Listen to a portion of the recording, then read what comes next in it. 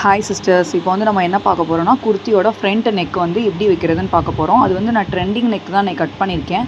என்னடா இவங்க ஏதோ கேன்வாஸ் வச்சு ஸ்டிச் பண்ணுறாங்க, இப்படி தான் பண்ணணுமான்னு கேட்டால், ஆமாம், இது ஒரு செகண்ட் மெத்தடு. ஃபஸ்ட்டு மெத்தட் வந்து பார்த்திங்கன்னா, நீங்கள் எதுவுமே இல்லாமல் ஸ்டிச் பண்ணுவீங்க. செகண்ட் வந்து இந்த மாதிரி கேன்வாஸ் வச்சு அயன் பண்ணி பண்ணும்போது உங்களுக்கு வந்து ஸ்டிச்சிங் வந்து ரொம்ப பர்ஃபெக்டாக இருக்கும். ஸ்டிச் பண்ணுறதுக்கும் கொஞ்சம் ஈஸியாக இருக்கும். இப்போ வந்து பார்த்திங்கன்னா, நான் வந்து கிளாத்தை மட்டும் தான் ரொட்டேட் பண்ணுறேன். ஃபுட்டரை வந்து நான் தூக்கவோ எதுவுமே பண்ணலை. ஸோ இந்த மாதிரி தான் நீங்கள் ஸ்டிச் பண்ணணும்.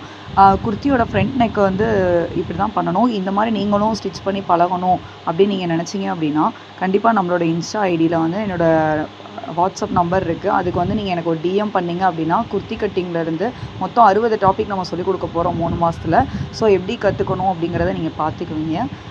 இது வந்து பார்த்திங்கன்னா, அவங்களோட குர்த்தியோட ஃபினிஷிங் வந்து நான் எப்படி இருக்குது அப்படின்றத காட்டுறேன். உங்களுக்கே தெரியும். என்னோடய ஸ்டூடெண்ட்ஸ் எல்லாருமே வந்து கேட்டிருந்தது, மேம் ட்ரெண்டிங் நெக் வைங்க அப்படின்னு தான் சொல்லியிருந்தாங்க. ஸோ அவங்களுக்காகவே நாங்களும் ட்ரெண்டிங் நெக்கே போட்டுடலாம் அப்படின்னு தான்